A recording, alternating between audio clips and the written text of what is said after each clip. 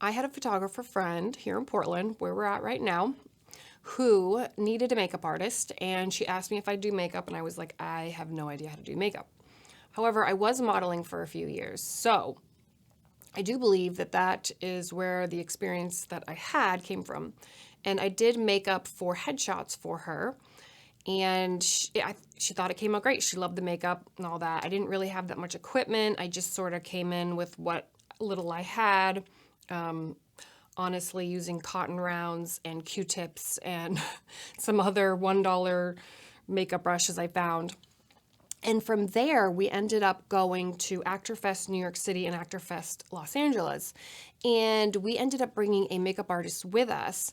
And her makeup, the photographer had decided she didn't like. She thought that the colors that she was using were too much for a headshot, which I totally agreed. They were purple lipsticks and things that you don't want in your headshot. Your headshot should be should be very natural makeup. And I don't know if this makeup artist just didn't have experience in that. But anyway, so after that, she was like, no, I don't want I don't want the professional makeup artist to do the makeup. I want you to do the makeup. And I was like, all right. So then I started kind of investing in a small kit and going with her and doing the makeup from there on out. And after that, I was like, well, I guess I could maybe do this. And at the time, I was using a website called Thumbtack to find all of my brides. And I was in the talent industry at the time where you didn't necessarily need a license.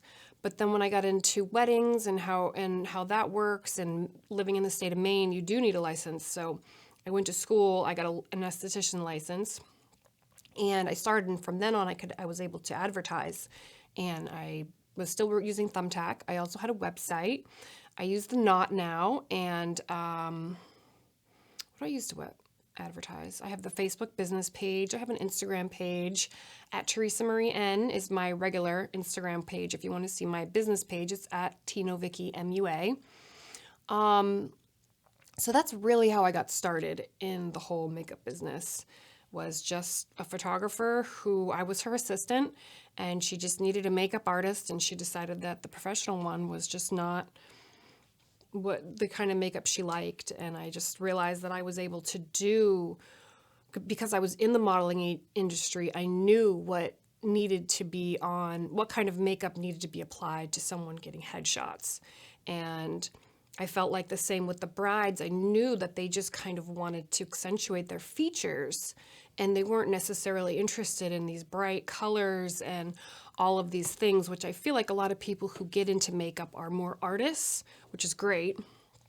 But what the people want is to be themselves, but accentuated. You watch these shows like Glow Up, where the challenges are, to do all this exaggerated stuff, and you finish those shows and maybe you're a makeup artist on that show, but once you come out, really the only place you're headed is, doing fashion, because if you're doing that kind of makeup on brides, they're not going to be interested, or headshots, they're not going to be interested. Unfortunately, that kind of makeup is only for the runway or glamour magazines or covers of albums, like James here produces at Flying Sound Studio in Portland, Maine. So give him a call. People who do hair aren't always as talented as people who do just makeup, because makeup is very difficult. Well, it isn't, but it's hard to keep up on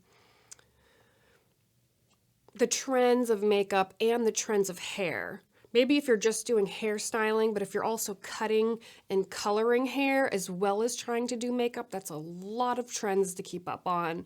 A lot of different things that you need to practice constantly. I find makeup artists who do hair, who are mainly hairstylists but also do makeup, tend to have a subpar kit.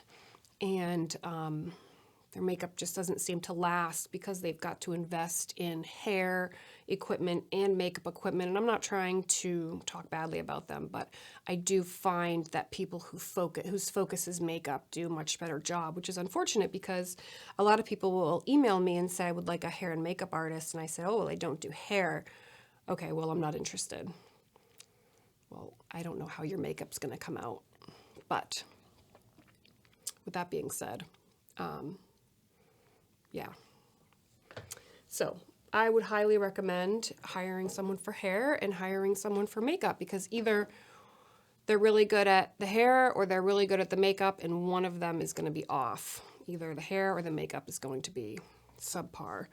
But if you want a really natural look with hardly anything on your face, can't guarantee it will last all day, but they'll probably do a decent job. This is what happened. My hands look really big on camera. Damn. High five.